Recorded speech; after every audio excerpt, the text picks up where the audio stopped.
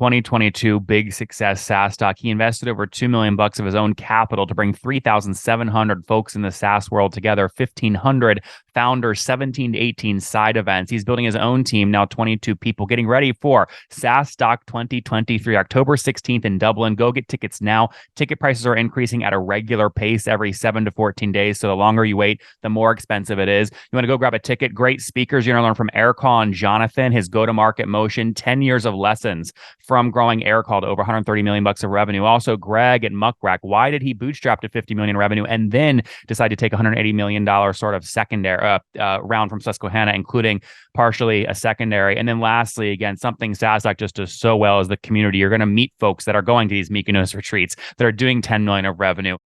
Hey, folks, my guest is Alex Suma, recent guest. He's come on every year as he's built SaaStock. I think launched back in, what was it, 2017, Alex? 2016, almost 2016. there, but yeah, it's been a while. Dude, 10-year anniversary coming up. That's pretty crazy. 7 years in, which is amazing, including COVID. But guys, he's doing much more than SaaStock. He's got his own fund now. He's launched a founder membership. He's got SaaS Society. He's got a software play with Venture Deuce. We're going to jump into all of it today. Alex, you ready to take us to the top? I am, and great to be back. All right, let's talk about 2022 first. Your flagship event is in Dublin, obviously SaaStock.com. Looking back at 2022, sort of from your perspective as a conference organizer, what worked well, what didn't work well, and what changes are you testing or going to try here in 2023? Yeah, good question. I think the great thing about 2022 was it was just our return to in-person, right? SaaStock was back after, almost a 3-year hiatus because the last one was in 2019.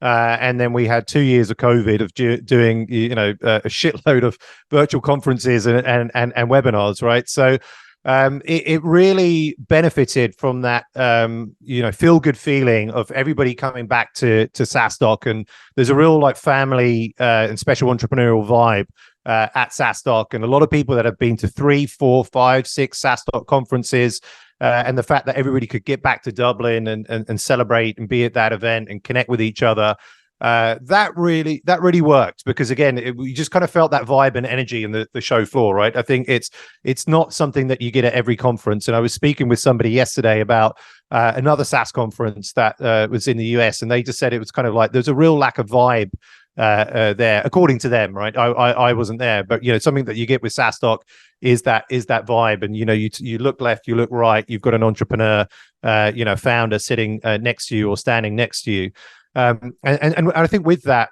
just that hype and the excitement, certainly pre-event, was higher than ever, right? And just like online, we were blowing up online. And it was really kind of like getting interest of everybody within and without and outside of the community. So people like Paddy Crosby from Web Summit was like, what's going on? Like SaaStock is kind of everywhere, online. And so he had to come down and, see it for himself. And he really enjoyed the events and, we'll be coming back this year. But I think, so that was kind of one thing pre-event, during the event. So we did the Bootstrap stage for the first time. And that was, I think, long overdue, right? Because SaaStock is really well known, I think, for being this event where you've got a ton of SaaS investors, and you go there, you're going to meet an investor, whether it's sort of pre-seed through to, growth stage. And now, obviously, we've got, alternative, funding as well, sort of, revenue-based funding providers as well, right? But you've got a ton of VCs, and we're known for getting connected and just doing meetings to learn about how you can fund your SaaS. But we also have always had this sort of small-ish, I would say, Bootstrap contingent that's probably not that been that well served through the content, because if you look at the scale stage and the growth stage, almost everybody is venture backed. So that's on those stages, right? So we decided at the Bootstrap stage last year for the first time. You guys, Founder Path, were heavily involved in that, and it was great. And we got people like Stefan Smolders was up there sort of speaking. Expanding, he's a great founder. Like 7-8 million in revenue now. He's killing 8 million in revenue now. Yeah, and we had Mohamed from Hotjar. They were, I don't know, 40, 50 million or whatever, and obviously sold to Content Square. So that was really good and really resonated. And we saw that actually there was a large Bootstrap community there, and obviously that's returning because that worked really well, for us, right? So I think that was good, and also something that I would say it's a bit like inadvertent that's kind of worked quite well is just that there's just an ecosystem of side events that are just building around SaaStock. Oh, what's going on there, YouTube? Good to see you guys. Now imagine this. You love watching these interviews with SaaS founders, but imagine if we took all of the valuation data out from over 2,807 interviews I've done manually. Saves you a lot of time. Well, we've done this. We've built it into the beautiful interface inside of FounderPath. Check this out. I'll show you how you can access this in a second, but you log in, you connect your Stripe account, you see your valuation real time, you can see what it changed over the past 88 days, and even set goals for valuation this year. Now, the secret to valuation is there's many different ways to value a SaaS business. So the reason you're going to see 3 or 4 different valuations inside of your FounderPath dashboard, this is all free by the way, is because depending on who's doing the buying of your SaaS company, you're going to get a different valuation. A VC is going to pay a different valuation. Private equity firm is different. If you're going to do a minority sale, that's different. And if you sell the whole business, that's a different valuation. You can see all those when I hover over here. Right, so the teal is what a VC would pay, yellow is what private equity, and red is if you sold the whole thing outright. Now, what's cool about this is not built off random data. Again, you guys hear these interviews on YouTube. All these data are built from real-time valuation data points founders share with us on the show. So traction, 1.2 million, seed round, 3.7 raise, they sold 22% of their business. Go in here and filter by the event. Maybe you only want to see companies that have sold the whole business. Well, here are a bunch that have been acquired, the valuation and the multiple. Maybe you're going out right now and you're raising your seed round. Well, go in here and look at all this recent seed deals that went down, what they raised, what valuation they raised at, and what percent that they sold.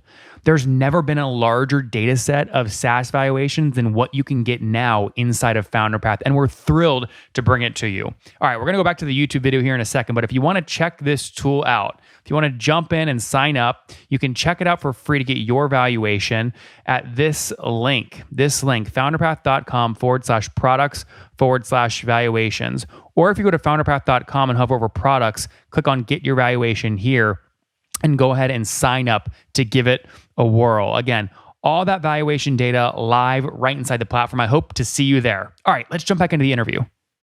How many side events last year? Were you able to count those up anyway? Like there was about 17, 18 that we knew. So these are events that we're not running, right? And so it's like North Zone, who are a venture capital partner, one of the leading VCs in Europe.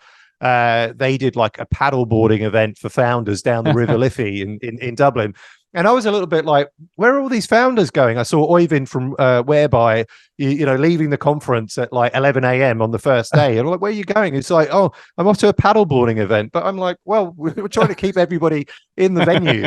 There are all these things that are happening. And like, even I know that other VCs, they do like little, content sessions kind of in hotels and venues, around the RDS. So they're pulling a little bit people out of the conference venue, which, to some partners, might not be the best thing. But I guess we're at that volume now that it doesn't really affect too much. If 30, 40 people kind of leave, you're not going to feel how many, that, Alex, right? how many folks did you have live last year? What was the final count?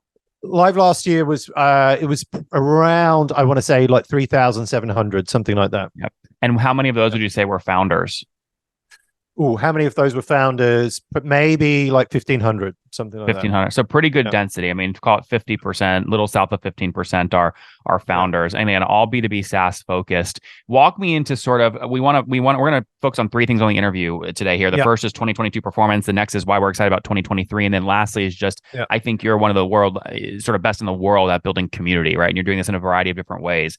But when you think about, a lot of people think community, you just stick up a Facebook group and you invite some people. This building a community that requires very real time, money, and energy investment. Are you comfortable sharing and sort of talking about 2022, what you guys spent all in to get 1,500 founders in one spot? Yeah, sure. So what did we spend all in? Overall, I would say it was probably about 2 million, something like that. Okay. What's the most expensive for the Dublin event? The most expensive thing, obviously apart from our own overheads from the team, I think you just over like production, right? So we're spending between 500K to $1 million on production. So it's certainly less What than does $1 that million. what does that mean? Does that mean like AV or like lights and Yeah, staging? it's stage design. It's building out the conference. So like we hire out a venue, and it's effectively an empty shell, right? And then 3 days before the event, that venue is empty, right? And then when the event opens, and literally people are working like 24 hours a day, you're building the stands, building the stages, and as the door opens, they might be still like turning a few screws and finishing bits off, kind of here and there. But literally within 3 days, the whole thing, the whole sort of like SaaStock festival is built, right? And we use one company, which then uses a number of like different like suppliers to kind of help pull that all together. So it's a big operation, and obviously our team is mostly sales and marketing kind of focused, right? We've got 2 ops people. But How many folks are full time today at SaaStock? 22 today. Yeah. Wow. And what were you last year? Last year, by the time of the event, I think we were like 17 or 18. So like at the beginning of 2022, we were 9. No, we were 9. We were about 9, because like pre-COVID, we were 24. Then we scaled down to 9 during COVID to kind of keep it lean. Our costs went down, or had to go down. So our revenue went down by 2/3. And then we started to hire slowly and build back. So it was about 17 by the time of Dublin last year. Yeah. Okay. And 22 now. That's great. I like these. The reason I'm asking these questions is if someone, if you're a SaaS founder listening today and you want to build your own community, you sort of understand what kind of hiring, what it costs to put on your own event, like this sort of thing. So what you've done, Alex, just to communicate back, your full-time employees are really focused on marketing, sales, and ops. And then you have a bunch of vendors you pay for sort of event specific items, AV, location, etc. 100%. Yeah. All right. Let's fast forward to 2023, because SaaStock is coming up. It's October 16th. You should really land on October 15th, hopefully, in Dublin. You've got a great group of speakers. I pulled out a couple I'm excited about, and I'm hoping you can maybe give us a tease on what we can expect from them. I think Aircall is potentially a great IPO candidate in 2024, over $130 million of revenue. You've landed Jonathan, one of the co-founders, to speak. What can we expect from him, and what stage is he on? Do you know? Yeah, I really like Jonathan's on the scale stage, and I had to double check that. It's the biggest stage, and really that's for the companies like Aircall. Obviously, their Aircall was, I think, classified as a centaur, a company that's doing 100 million in revenue. I think you said now it's like 130. I've had Aircall on our podcast when they were probably, I think, Series A. And obviously, we've kind of followed their journey over the years, as SaaStock and themselves has grown, right? But they've obviously grown a lot faster. I had to check Jonathan was still coming, because he's left Aircall.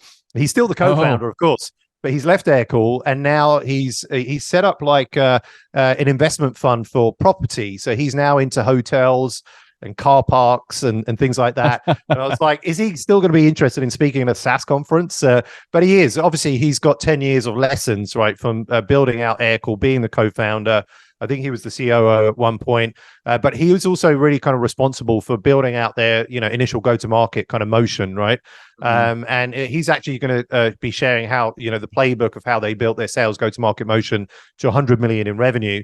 Interesting things that I've learned from conversations with Jonathan is that in the early days, they hired interns to kind of come in and be their sales team, and they were paying them like €1,000 a month, I think.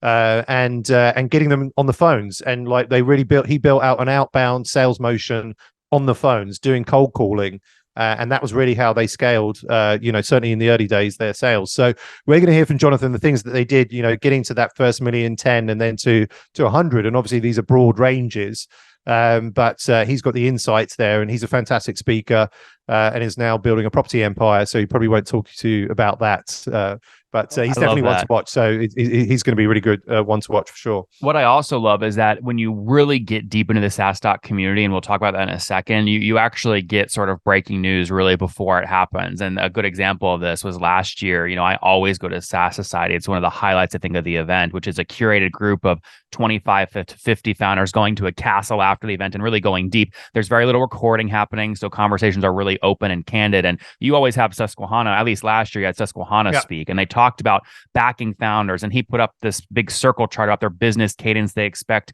people to do in a year. And literally the week, like the day or the week after I left SaaS Society, I was reading that Susquehanna gave Greg up at Muckrack, they did 180 million Series A investment, of which a big chunk of that was secondary for Greg. So great story for Greg. You have him speaking. What should folks expect to learn from him at SaaStock this year?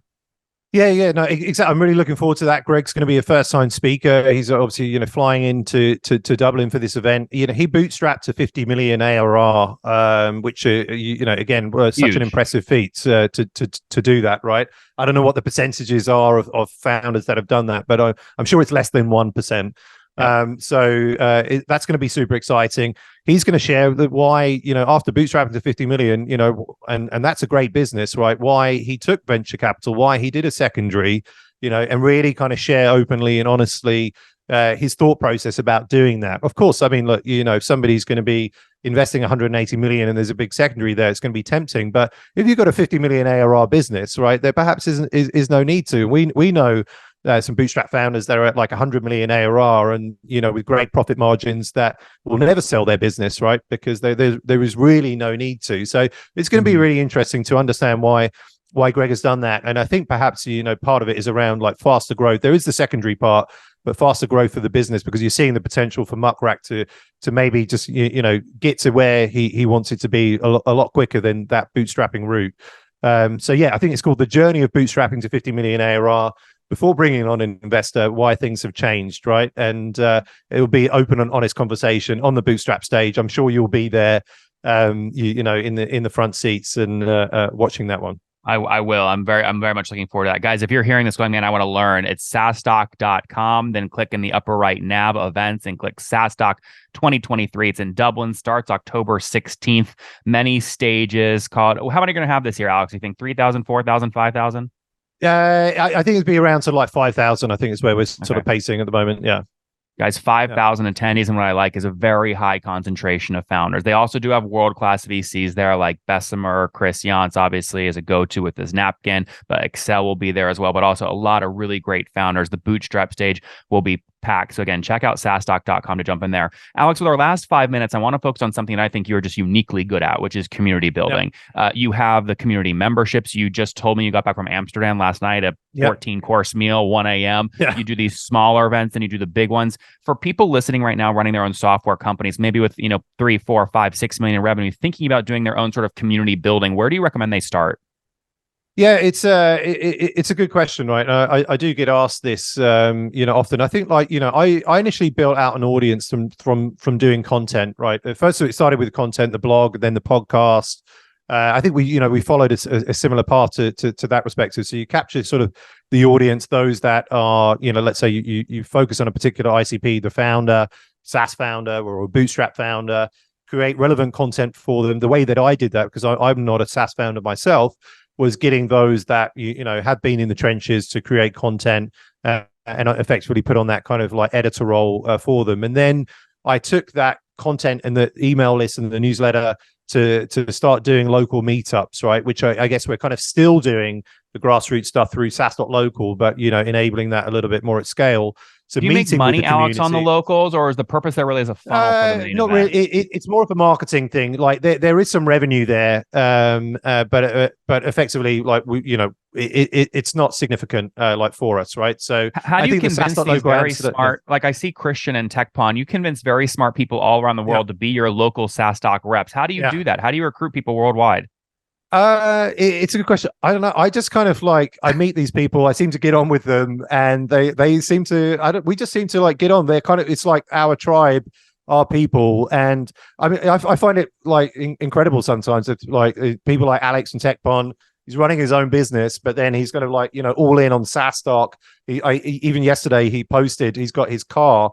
And he's put a big sticker on his car like SaaS.local Bucharest, and he's driving around for the next month with SaaStock's logo on it. I'm like, what's going on here? But somehow I don't know, maybe it's my secret sauce to get people to bought into what we're doing. But I think it's maybe that's it, right? People are buying into the why. They're getting value from it. They're enjoying the SaaStock events, right? The SaaStock founder membership event. So like Alex is part of the SaaStock founder membership. We've taken him to Amalfi And Coast. what is We've it, taken him Alex? For to people that don't know what founder membership is, what is it? so, but like, if I'm sure the audience is familiar with like an EO or a YPO, or basically support networks and organizations for founders. What we're doing is that for SaaS, and effectively looking to build the world's leading support organization for B2B SaaS founders through mastermind groups, through networks, through events, right? And we take people out to great events. They have a great time. They meet their peers. They get unblocked from things that are have been blocking them for a while. They get out of their plateaus. They get inspired. And I think it just kind of resonates, and it's been helpful for people. And so, like Alex and for Stefan Smulders, for instance, that are part of SFM, and then from that, because of that, they get really bought into the value that it can help others like them, right? And so I think they're just of that mind. They got that pay it forward mindset. That's a great group, and these are like, if people join, they get access to a dashboard, and then there's basically a list of events coming up, and they can pick which ones they want to attend. Or how does it actually work once you're inside? It's more than that. I would almost like take the tech out of it, right? The tech that nobody like the tech isn't that important. Like they join because they want to be a part of a group of founders like themselves who are scaling to 10 million in revenue, right? And with that, we then put them into smaller groups of like 5, 6, 7 people that are either, let's say, they're going from 5 to 10 million in revenue or 1 to 5 million in revenue. We put them in that group, and then they meet on a monthly basis and go through an agenda that we've kind of curated for them, and to help them, progress their business and unstick them. And then we do like regular like online workshops for them, and we get great people because we've got a great network that we built out through our event side of the business, and so they get access to. We had Amir Orad from SciSense kind of come in and do a Chatham House Rules kind of session, and just really just answer questions. And people are like, wow, this is great. Like that you can bring people like this in and help us. And then we do these annual retreats. So we went to Amalfi. I think you joined us on that one in 2022. We did Mykonos this year, which it was amazing, but you're lucky that you missed that one because I felt terrible for about 3 days afterwards because we didn't get much sleep. And then next year we're going to Morocco, right? We're going to the desert Morocco. So it'll be the opposite of Mykonos. We've got this whole camp in the Moroccan desert. There's no nightclubs anywhere near us.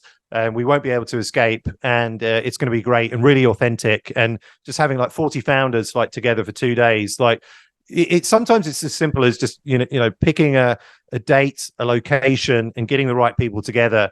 The magic happens, right? And if I dumb it down to that, sometimes that's all I do, right? And it just works. Guys, on that note, again, 2022 big success SaaStock. He invested over $2 million of his own capital to bring 3,700 folks in the SaaS world together, 1,500 founders, 17 to 18 side events. He's building his own team, now 22 people, getting ready for SaaStock 2023, October 16th in Dublin. Go get tickets now. Ticket prices are increasing at a regular pace every 7 to 14 days. So the longer you wait, the more expensive it is. You want to go grab a ticket. Great speakers. You're going to learn from Ercall and Jonathan, his go-to-market motion, 10 years of lessons from growing Ercall to over 130 million bucks of revenue. Also, Greg at Muckrack. Why did he bootstrap to 50 million revenue and then decide to take $180 million sort of secondary round from Susquehanna, including partially a secondary? And then lastly, again, something SaaStock just does so well is the community. You're going to meet folks that are going to these Mykonos retreats that are doing 10 million of revenue. Great group, great community. Founder Path will be at the Bootstrap stage. I'll be presenting the State of SaaS 2024 on the main stage as well. Alex, thank you so much for having me. If people want to grab tickets, where's the best place to go check it out? Just go to SaaStock.com and then go to SaaStock Dublin. Just click on that in the menu, and you find the event. You get tickets, and we're 2 weeks away. So, yeah, make sure you get there. It's going to be the place to be. I think it's certainly the biggest SaaS conference that's happening now between the end of the year, and you're going to be with great people with an entrepreneurial spirit, and you get to hopefully see me and you there and have a pint of Guinness, and it's going to be fun. It's going to be fun. Guys, we'll see you October 16th, guys, in Dublin, SaaStock.com. Alex, thanks for taking us to the top. Thanks, Nathan. One more thing before you go. We have a brand new show every Thursday at 1 p.m. Central. It's called Shark Tank for SaaS. We call it Deal or Bust. One founder comes on, 3 hungry buyers, they try and do a deal live, and the founder shares back-end dashboards, their expenses, their revenue, ARPU, CAC, LTV, you name it, they share it. And the buyers try and make a deal live. It is fun to watch every Thursday, 1 p.m. Central. Additionally, remember, these recorded founder interviews go live. We release them here on YouTube every day at 2 p.m. Central. To make sure you don't miss any of that, make sure you click the subscribe button below here on YouTube, the big red button, and then click the little bell notification to make sure you get notifications when we do go live. I wouldn't want you to miss breaking news in the SaaS world, whether it's an acquisition, a big fundraise, a big sale, a big profitability statement, or something else. I don't want you to miss it. Additionally, if you want to take this conversation deeper and further, we have by far the largest private Slack community for B2B SaaS founders. You want to get in there. We've probably talked about your tool if you're running a company, or your firm if you're investing. You can go in there and quickly search and see what people are saying.